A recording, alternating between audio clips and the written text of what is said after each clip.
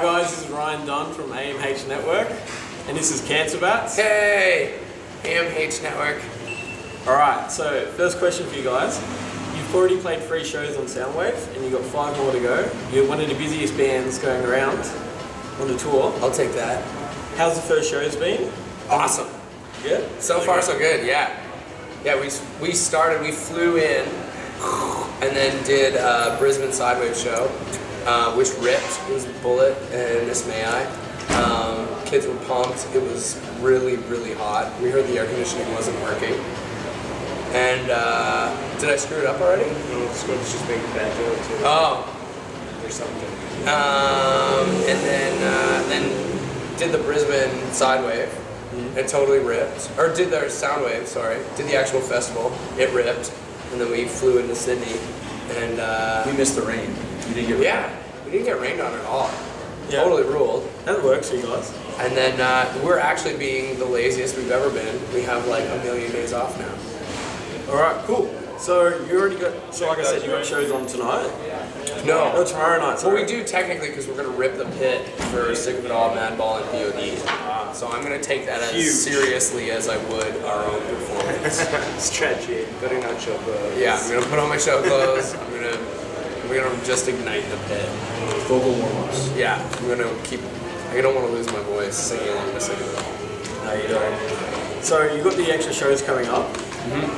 How does it feel knowing that you have so many shows coming up in such a short time? It's not Like the worst. normal? Yeah, this is like kind of how we tour normally. I'm pumped though. I'd rather like play as many shows as we can. 8 shows in 12 days or whatever. Yeah, it's Not that pretty hard. luxurious. Yeah. If we were doing 24 shows in 12 days, that would be a little bit more laborious. We did do the 6 shows in one day. Yeah, we did 6 shows in one day, and then we did 2 shows the next day, and then we drove to Paris and did a headline show. Yeah, we did 9 shows in 3 days.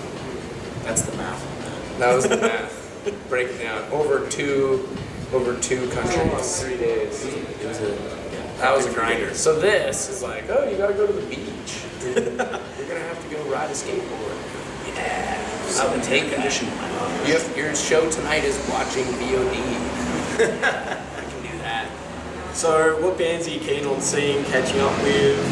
I know some of you guys already saw Slayer last night. Watch Slayer and Anthrax. Really and stoked Kingdom of Sorrow. Sarah. Yeah. We've been watching Oh Brother a lot. Yeah, Oh Brother, new band that we've recently become friends with. And they're awesome. And it we're rules watching. because I get to set up drums to an amazing soundtrack of Oh Brother. Yeah. They play right before us every day. Red Fang, we've got Red Fang every day. Got to watch Orange Goblin. Tons of bands. Watch The Chariot. Totally just write everything. Chariot's hilarious because I feel like part of their set is just annoying all of the stagehands and like wrecking everything. And I was laughing with all Creating jobs. well, all the dudes, like I'm like, as if Keeping Australians employed. but I'm like, you've had the longest day. Do you know what I mean? They probably show up to that stage at like 6 in the morning, and then at 10 p.m., here's the Chariot just wrecking everything. And I was like, I feel so bad for you dudes. Like they're all so stressed out. Dude, here's like Stevis literally climbing to the top of a tower and throwing his guitar at kids. Do you think that Soundwave specifically put them there so that there was no problems throughout the day? Like, Yeah. oh, shit's only broken at the end of the day. Yeah. They're like, we better push these guys to the end so they don't destroy it for everyone else. So as you said, you get to do some touristy things, you get to go to the beach and all that. You Yeah. come to Australia, this is your 3rd or 4th time now? This is our 4th time. 4th time? So how do you enjoy Australia? I really like it. It's awesome. It's very Canadian, which is awesome. That's the first time I've ever heard Australia be called Canadian. Really? Really? Oh. It feels very similar to home. You're out of the Aside from loop then, man. the cars drive on the other side of the road. And it's warm. Yeah. Nah, it gets hot in Canada too. It's like our summer. You guys definitely get like crazy hot, but ours, like Toronto, gets humid and sticky like this too, so makes us sluggish and lethargic.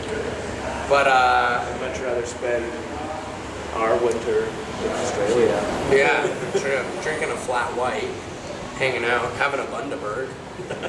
So it's been almost 5 years since you released How We Destroy, which Hasn't been that long. yeah. In about a month. It's about 5 years. Feels like yesterday. That was kind of the breakout album, like internationally. That's when everyone took notice around the world of you. It's true. How does it feel looking back, knowing that it's 5 years? We didn't even know it was 5 years. I didn't even know until you told me. It's pretty awesome. It's rad to think that we still, like 5 years ago, we put out that record and people still want to hear tons of tracks off it that are like, you know, still singing along to Hail Destroyer and like, you know, partying super hard to Be Super's Rockin' Chair. Like that side of things is really cool. Good feeling. Feels like we're doing something right. So We nailed it once in our career. Nailed it. Well, last year you released Dead Set on Living, and everyone loved it. Everyone on the internet, everyone, you know, every magazine you opened up was Dead Set on Living, you know, 4 stars, 5 stars. Yeah, especially in Australia. I feel Yeah. like Australia, I was doing a lot of press when the record was coming out and we were getting like the cover of magazines and like, yeah, really crazy reviews. The press, not like press is ever really super hard. It's usually people are stoked, but that round was like, this record rules. And I was like, whoa, okay, this is gonna be easy.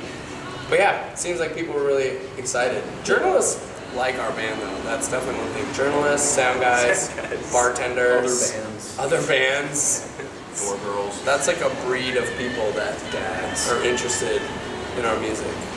So it has brought on bigger and better things for you guys. You're touring constantly now on the back of it. Yeah. It's just been announced that you guys are going to be opening the main stage on Download. Yeah. Like, you guys are going to be playing, you know, in Australia, then you're heading over to the UK, then the US, and then back to the UK. It's just crazy for you guys this year now after Dead Set on Living. What are you guys' thoughts? Well, we kind of like you said, like when Hail Destroyer came out 5 years ago, we've kind of been on tour since then. So Aside from the times we take off to write it. Red Record. So for us, it's been just kind of like constantly going and taking in these opportunities. But it's rad to kind of now have some perspective and look back on it that like we have done all these things. Because I feel like in some ways we had so much like tunnel vision of just like touring and, you know, being on the road and getting it out there, where sometimes you lose sight of like, oh yeah, we played the main stage of Download Festival, or like we were on like, you know, the cover of a magazine in Australia. Like that's insane. But sometimes you're so busy that you like don't really have a second to like take it all in. So it's definitely cool looking back on it. I didn't even realize it's been 5 years. So, What have I done with my life? Fuck. So last month, or the beginning of this month, Bat Sabbath, the EP was released, and of course it's full of the Black Sabbath covers. How was it recording those and, you know, playing some songs that do influence you now? Yeah, learning all those songs. Originally, we did it for Sonosphere Festival, so we were asked to do like a cover set. But taking on all those songs and learning all those parts and everything was definitely rad.